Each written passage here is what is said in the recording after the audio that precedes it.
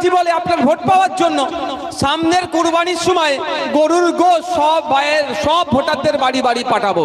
এটা আমি কি মানবো? এটা আমি চরম বিরোধিতা করব। কারণ সরকারের কাজ নয় গরুর গোশ বাড়িতে বাড়িতে পাঠানো, জগন্নাথ ধামের প্রসাদ বাড়িতে বাড়িতে পাঠানো। সরকারের কাজ হওয়া দরকার। আটকাবার দায়িত্ব দিচ্ছেন সে দুয়ারে রেশনের মাধ্যমে আপনার বাড়ি মুসলিম সম্প্রদায়ের যেটা ধর্মীয় ভাবে বারণ আছে প্রসাদ গ্রহণ করা, সেটাও আপনাকে খাওয়াতে বাধ্য হচ্ছে। কথা দিলে বিজেপির বাপের ক্ষমতা ছিল নি আব্দুল করিমের বাড়িতে জগন্নাথ মন্দিরের প্রসাদ পাঠানোর, দিচ্ছে তো সাইজ করে মমতা ব্যানার্জি আপনাদের। কেমন এই মেদিনীপুরের শ্রমিকরা বেশিরভাগ কোথায় আছে? ভিন্ন রাজ্যে আছে। পার্শ্ববর্তী রাজ্যে উড়িষ্যাতে প্রচুর একটা হেভি অংশের মেদিনীপুরের শ্রমিকরা আছে। কত আছে? বেশি নাই। সারা পশ্চিম বাংলা থেকে মাত্র 30,000 শ্রমিক উড়িষ্যাতে আছে। আর উড়িষ্যা থেকে কত লাখ মানুষ বাংলায় কাজ করে খায় জানেন? কত হতে পারে? 3 লাখ। কিন্তু উড়িষ্যাতে বাঙালি যে সমস্ত শ্রমিকরা আছে সে হিন্দু মুসলিম নির্বিশেষে তাদেরকে ওখান থেকে তাড়িয়ে দিচ্ছে বাংলায় কথা বলার জন্য। তোরা চলে যা, তোদের এনে কাজ দেব না। আমি উড়িষ্যার কথা এই জন্যই বলছি, পার্শ্ববর্তী রাজ্য তো নাকি আমাদের কাছ থেকে উড়িষ্যার কাছে, দীঘা পার হলেই তো নাকি। মহারাষ্ট্রে হচ্ছে, হরিয়ানাতে হচ্ছে, সাউথ ইন্ডিয়াতে হচ্ছে, ইদানিংকালে সাউথ ইন্ডিয়াতেও শুরু হয়ে গেছে। ব্যাঙ্গালোরে কংগ্রেসের সরকার চলছে, ওখানে 5টা পরিবার আমাদের ওয়ার্কিং প্রেসিডেন্ট শামসুর আলী মল্লিকের সাথে স্যারকে ফোন করছে, স্যার নলেজ সিটিতে আমার বাচ্চাটাকে ভর্তি করিয়ে দেবেন মাঝপথেই, কারণ আমরা ব্যাঙ্গালোরে আছি, এখান থেকে আমাদের তাড়িয়ে দিচ্ছে, বলছে তোরা এখানে ব্যবসা করতে পারবি না।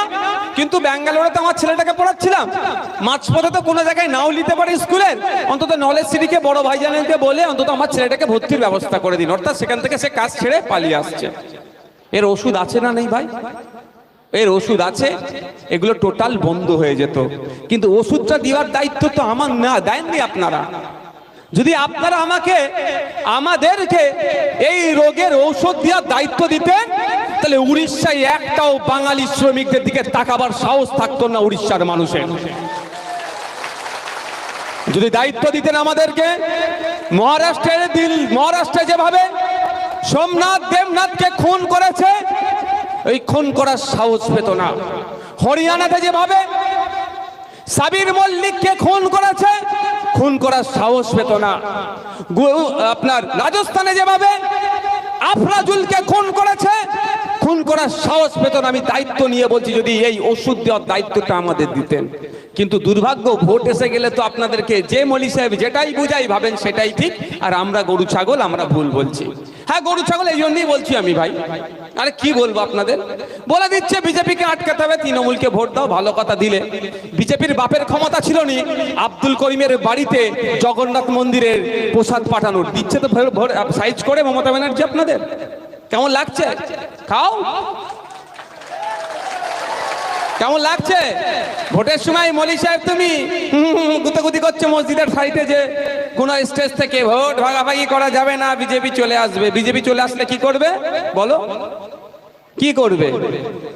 কিন্তু বিজেপিকে আটকে আপনি কি করছেন? যাকে আটকাবার দায়িত্ব দিচ্ছেন সে দুয়ারে রেশনের মাধ্যমে আপনার বাড়ি মুসলিম সম্প্রদায়ের যেটা ধর্মীয় ভাবে বারণ আছে প্রসাদ গ্রহণ করা, সেটাও আপনাকে খাওয়াতে বাধ্য হচ্ছে। ব্যানার্জি বলে আপনার ভোট পাওয়ার জন্য সামনের কুরবানির সময় গরুর গোশ সব ভোটারদের বাড়ি বাড়ি পাঠাবো। এটা আমি কি মানবো? এটা আমি চরম বিরোধিতা করব। কারণ সরকারের কাজ নয় গরুর গোশ বাড়িতে বাড়িতে পাঠানো, জগন্নাথ ধামের প্রসাদ বাড়িতে বাড়িতে পাঠানো। সরকারের কাজ হওয়া দরকার ছিল ওয়ান ফ্যামিলি ওয়ান জব, প্রতিটা বাড়ি থেকে একটা করে সদস্যকে চাকরির ব্যবস্থা করা। সেটা ব্যর্থ হয়েছে। ব্যর্থতা ঢাকার জন্য আপনার বাড়ি প্রসাদ পাঠাচ্ছে, কোনোদিন আপনার বাড়ি গরুর গোশ পাঠাবে। যে মলি সাহেবগুলো ছিল সেই মলি সাহেবদের মুখে আজকে কথা নাই। আমি আশা করব সেই মলি সাহেবগুলো বলিষ্ঠ কণ্ঠে মমতা ব্যানার্জিকে বার্তা দেবে এবং মমতা ব্যানার্জি এই কাজকে প্রকল্পকে বন্ধ করবে। অ্যাকচুয়ালি এটা কিন্তু ব্যাপার কি জানেন?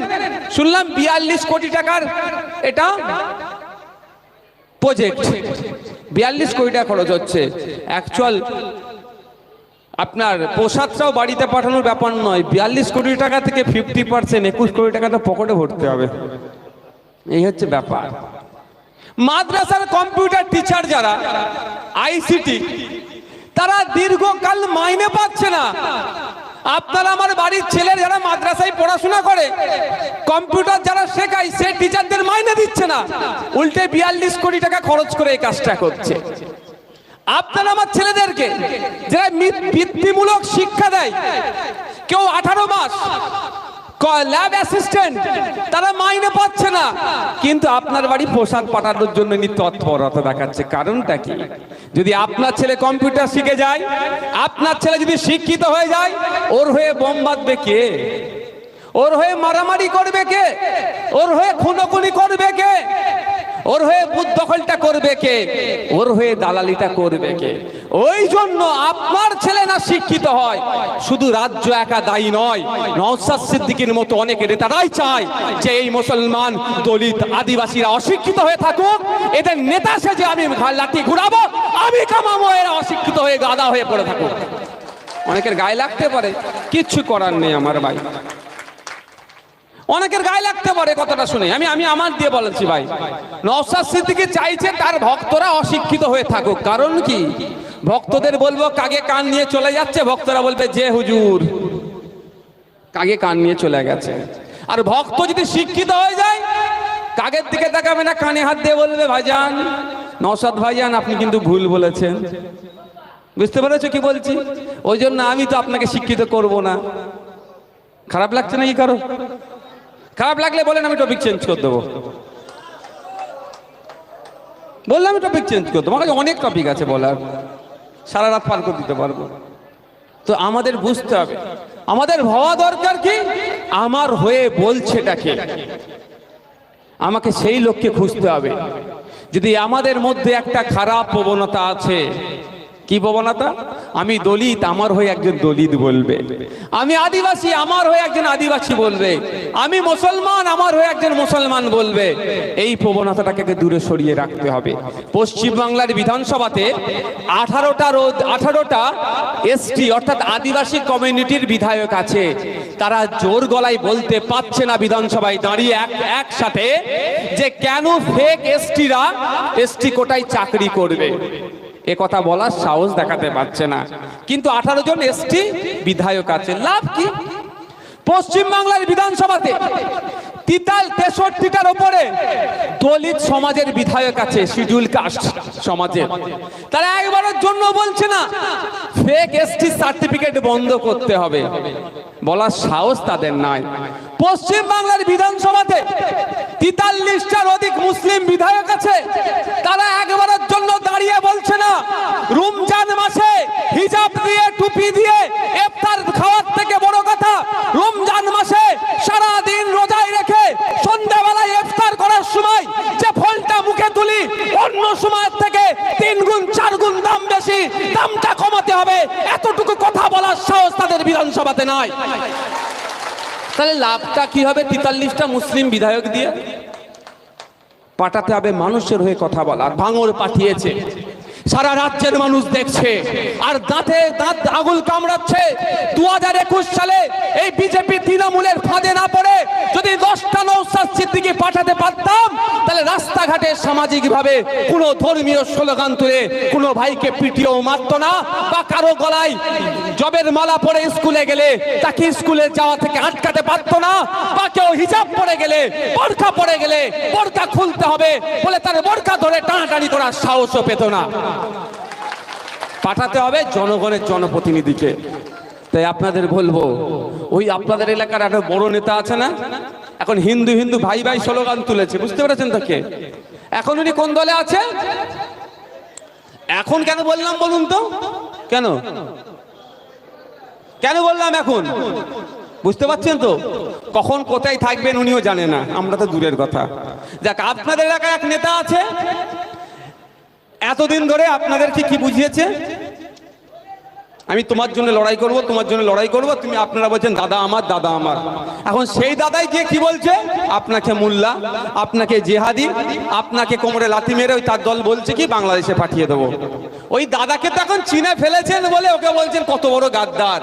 আর যে দাদাগুলো এখনো চিহ্নিত হয়নি, কি বলছি বুঝতে পারছেন না, ওকে তো চিনে ফেলেছেন, ও সার্টিফাইড, ওকে আমরা ওনার কথা আমরা বিশ্বাস করব না। কিন্তু যেই দাদাগুলো এখনো ওই ধরনের, 2019 সালের আগে এই দাদা যেমন ছিল, এখন যে দাদাগুলো আছে পাঁচিলে উঠে বসে আছে, সেই দাদাগুলোকে চিনতে হবে। সেই দাদাগুলো কারা? যেই দাদাগুলো আমার ওয়াকাফ আন্দোলনে আমার পাশে থাকছে কি থাকছে না, এখন থেকে তারা বুঝিয়ে দিচ্ছে। আপনার